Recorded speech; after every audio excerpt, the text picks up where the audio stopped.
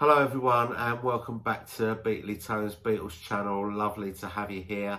Thank you for joining me for this video and I hope you're all doing well. Now today I'm going to try and do something a little bit different. We're going to be talking about Ringo and why he was so important to the band, and I'm going to try and demonstrate a couple of his sort of iconic fills and grooves. Now, firstly, I must apologise for the amount of time that it's taken me to make this video. Unfortunately, after 2 years, it finally got me. I've got COVID. So I'm on day 7. I'm not feeling too bad at all, but I am still positive. So bear with me. So I'm just going to talk about a few points that I wanted to make about Ringo's drumming and his position in the Beatles. So number one, Ringo was an absolutely perfect timekeeper. Now, keeping time is a drummer's number one job. It's the most important thing that they do. Forget all the bells and whistles and the fills and the flashiness. That is not important. That's all superfluous. The important thing is keeping time, and Ringo was the best at it. George Martin said that Ringo was like a human metronome. He could take a piece of Ringo's drumming from one take and add it to another, and he wouldn't have to alter the speed or anything because it fitted perfectly. There was no deviation in his timing, and that is really important. Number two, I think there's around 4 drummers, there's probably more, but there's 4 that come to my mind immediately, where you can listen to what they're playing and you know automatically that it's them that are playing. Number 1, Keith Moon. You know, he goes mad, loads of fills. You know, he plays more fills than he does grooves. You can always tell that it's him. He's very dominant on every song. Number 2, John Bonham of Led Zeppelin. That very heavy drum sound that he has with lots of reverb on his kit and lots of heavy miking on his kick drum. Ginger Baker, I think you can always tell that it's him, firstly because his drums always sound a bit out of tune, and again he's very flamboyant. And number 4 is Ringo. You can always tell when it's Ringo playing, and I think there's a couple of reasons for that. Firstly, he was a left-handed drummer who played a right-handed kit, and that's really unusual because it meant that for a lot of the time he was always leading with his left hand, but when he did fills, it meant that he had to reach underneath to get to his floor tom, because a right-handed drummer would go round the kit from left to right, so that's high tom-toms to low tom-tom down on the floor. Ringo would quite often go the other way round, and that made his fills sound very different indeed. He also had this thing where he played his hi-hat, instead of playing it very straight, he played it with this kind of swishing motion like that, and that gave it a different sound. And he also played a lot with his hi-hat open when he was just playing a groove, and that made the hi-hat sound louder and more cymbal-like. A lot of drummers usually have their hi-hat closed when they're just playing a groove. So that was a couple of reasons why Ringo kind of sounds different to other drummers. Now, Ringo wasn't a technical drummer. He never had a drum lesson in his life, but what he did have in abundance was natural feel. And by that, I mean he knew exactly how to sit in a song.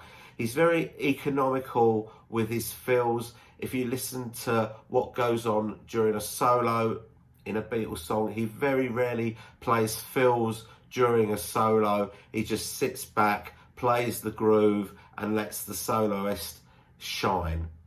He uses textures in his playing, light and shade, soft and heavy, and he always manages to find the right drum part for every song. It's a bit of an evolving process for him. If you listen to some of the outtakes that we get, go to take 1, and he doesn't find it right from the start. He feels his way into the song. As he gets to know the song better, he adds bits into it, he takes bits away, he knows what bit of kit to play in each part of the song, and eventually he always comes up with the right part for the right song. He knows exactly where to place each part.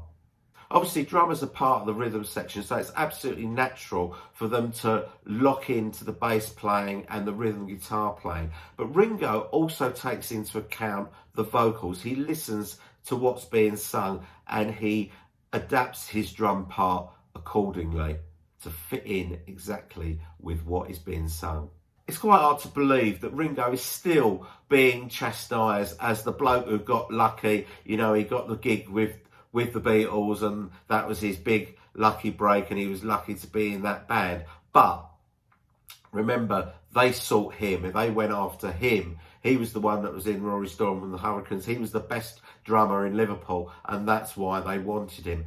And in, you know, later times, as they began to get famous, you know, Ringo's personality was absolutely important as far as, you know, growing the band's popularity. You take something like the hilarious press conferences that they did that so enchanted America. You know, he was every bit as funny, as witty and as clever as the other three. So he was very important in growing the Beatles' popularity, especially in America.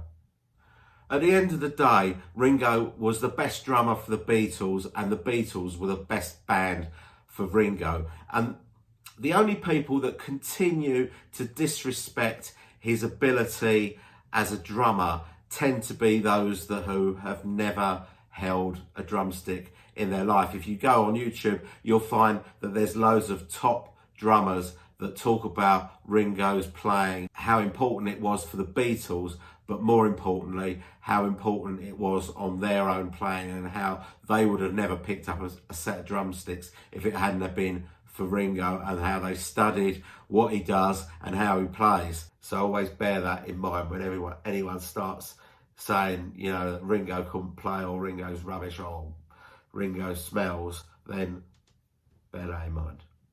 Don't let anyone tell you that Ringo wasn't an absolutely fantastic drummer.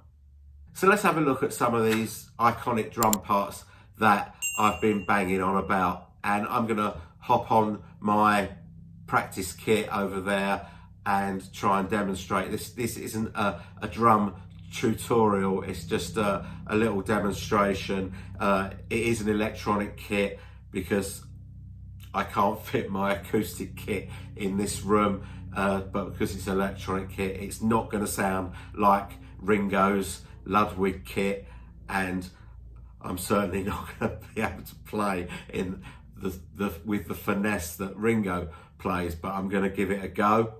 Also, as Ringo never bothered to learn how to play his right-handed kit right-handed, I'm certainly not going to learn how to play my right-handed kit left-handed just for this video. So I'll be trying to do what Ringo does, but I'll be doing it as a right-handed drummer would play it. I've got my special custom-made drum sticks to use. I don't know if you can see that. I'd like to thank my friend for that wonderful present. Okay, let's get on with it. So as you know, we're not allowed to use proper Beatles music for these videos because of copyright. So I will apologise in advance for the cheesy karaoke versions that I've got here to drum along to, and hopefully they'll be horrible enough that YouTube won't recognise them and pull them up for copyright. If they do, you're just going to be listening to just me, which I should also apologise for, really. So the first song that we're going to look at is Ticket to Ride from 1965. Now, this being a pretty straightforward rock song, it could just be played like this.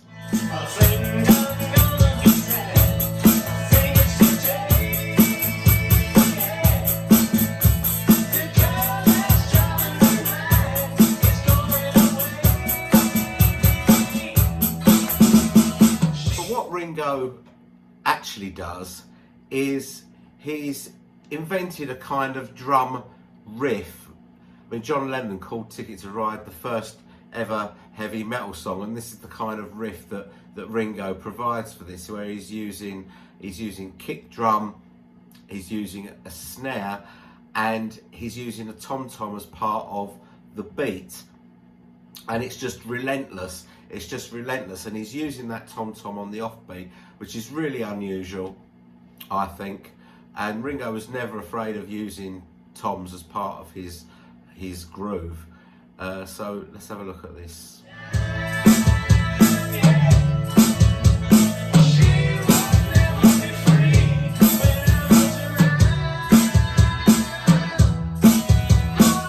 And here's a good example of what I was talking about earlier, with where Ringo uses an open hi-hat as part of the beat on the chorus here, just to give it a little bit extra oomph.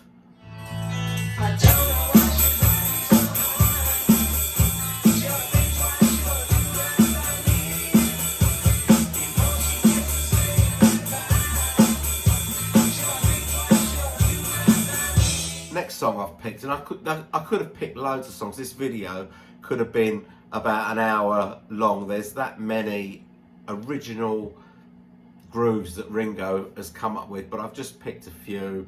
And if this type of video is popular, then maybe I'll do another one in the future with some other songs. But the next song I've picked for this video is Tomorrow Never Knows, where Ringo is playing along to drum loops. So on this one, he's using the same drums as he used on Ticket to Ride, but a completely different pattern, where he's using kick drum and snare, but he's using a double hit on the top tom-tom as part of his groove, and he's playing along to a loop, which is quite unusual, and it goes a bit like this.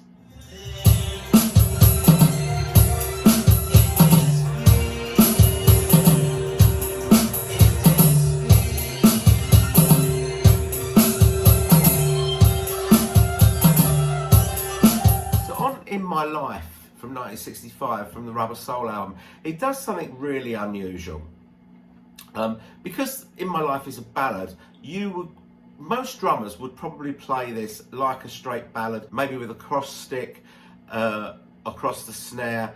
If you don't know what a cross stick is, it's basically where you lay the drumstick across the rims of the snare drum, and you get that kind of metallic clicky sort of sound. It's used in a lot of ballads, and you could just play it straight, a bit like this. There are places I remember all my life, though some have changed, some forever, not forever. But what Ringo does is he doesn't use his hi-hat as part of the groove very much. In fact, he only hits it once in each measure of the groove, which is a kind of a single kick drum and then a double kick drum with a snare in between.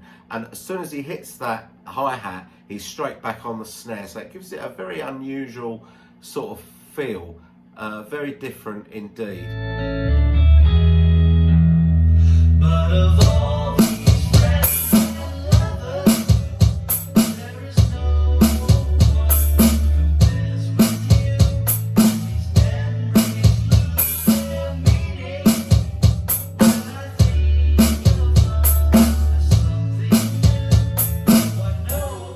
And if you're familiar with the song Breakdown by Tom Petty and the Heartbreakers off their first album, the song Breakdown, what the drummer is doing there is he's doing exactly what Ringo does on In My Life, but he's adding a bit of swing to it. So if you're familiar with that song, you can go and listen to that and you'll hear where he's got that little groove from. He's got it from In My Life. Another song that's got a really unusual groove is I Feel Fine from 1964. Now on this groove, Ringo is using his ride cymbal throughout, but what he's doing is he's doing a double hit on the top tom-tom and then a cross stick on the snare. Now, because I Feel Fine is a fast, loud rock song, it's really unusual to hear a cross stick on a song like this. And because as I said before, cross stick is usually used on a ballad, so it's really unusual to hear it in a rock song like this. Have a look.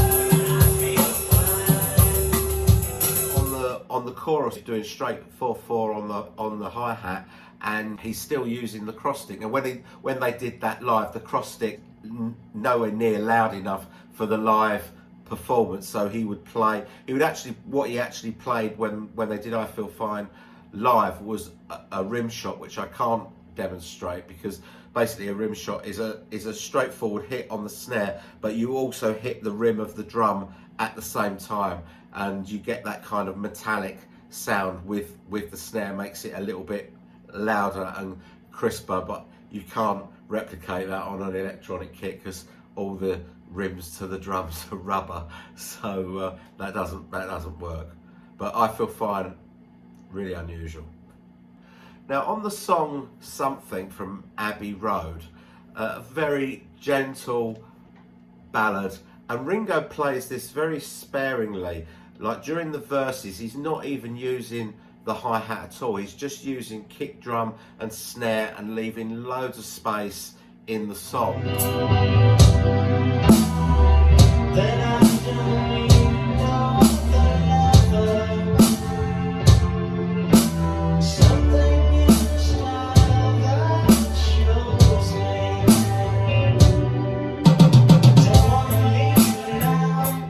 But when it gets to the bit just before the solo, the pre-solo, if you like, all hell breaks loose.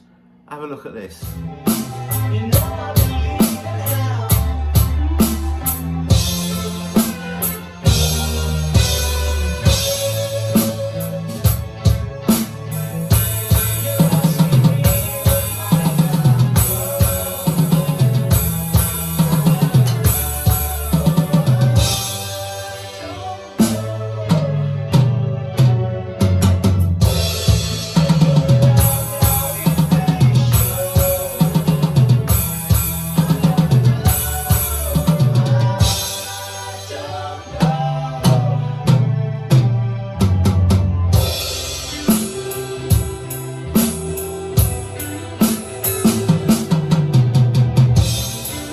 Actually going on there on the record is there's actually an overdub on the record where Ringo is doing more of a flurry on the hi-hat, but I can't replicate the overdub, so that was just my interpretation of what Ringo is doing on that song. And again, it's, you know, it really lifts the song. What he does there just lifts the song completely. Fantastic stuff.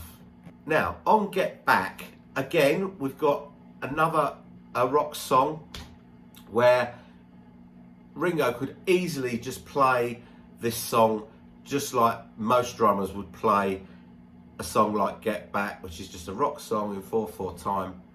Just play it like this, and it works absolutely perfectly.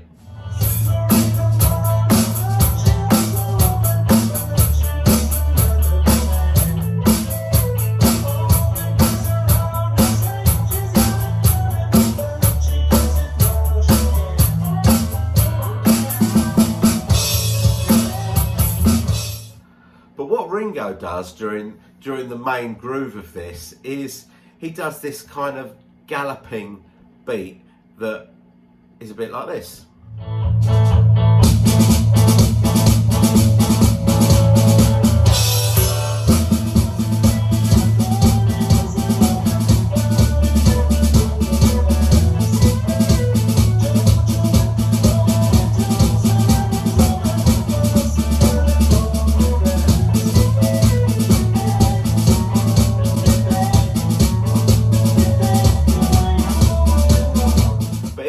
What he does is he mixes it up, where the song comes to a stop. There's a little break, and then Ringo does this 4-beat, or it's two beats, but it's 4 hits of the drum that leads the band into Billy Preston's solo, and from that point he's doing this.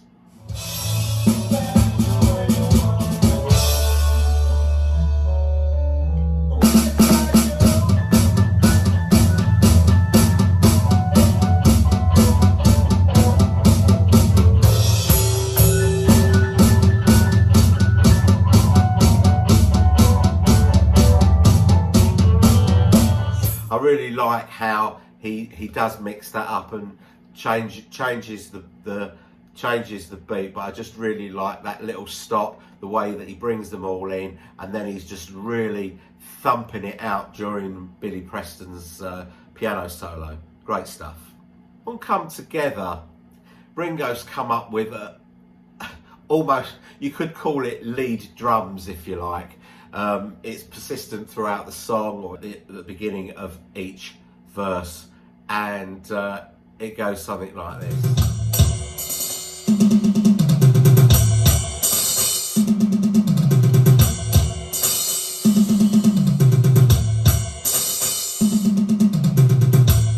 I think that it's quite possible that this is one of those fills where Ringo starts on the floor tom and goes upwards.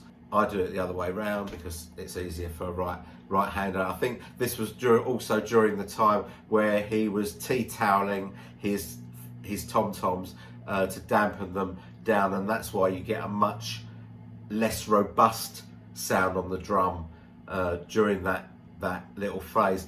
During the verse, instead of playing a straight 4/4 with the hi-hat and the snare, what he's doing is this.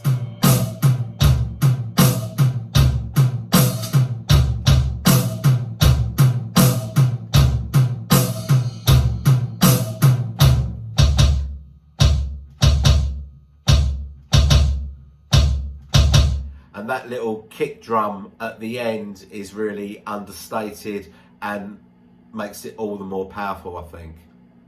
Couldn't really do a video about Ringo's drumming without doing the solo. His one and only solo from the end. He didn't really want to do it, but John, Paul and George all did a solo in that song, so why not him as well? It's a very simple solo where he keeps this kick drum going throughout, but on the toms he starts off small, he gets bigger, then he goes smaller again, and then he goes for the big finale round the kit that brings the whole band in for the love you bit. It goes a bit like this.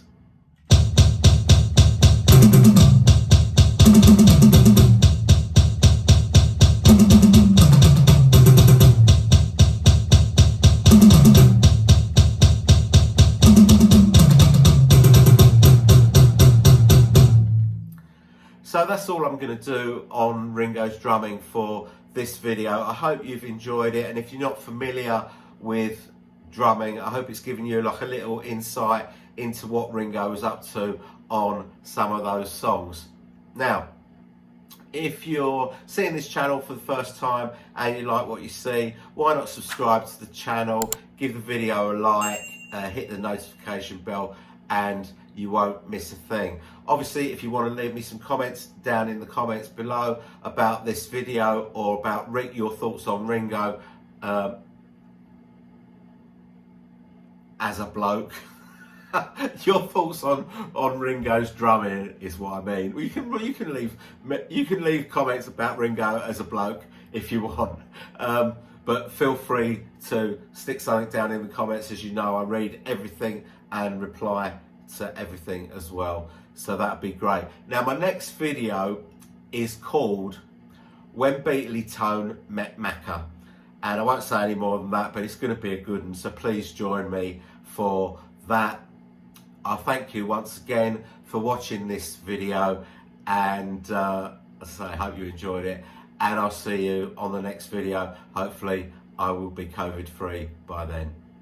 See you later.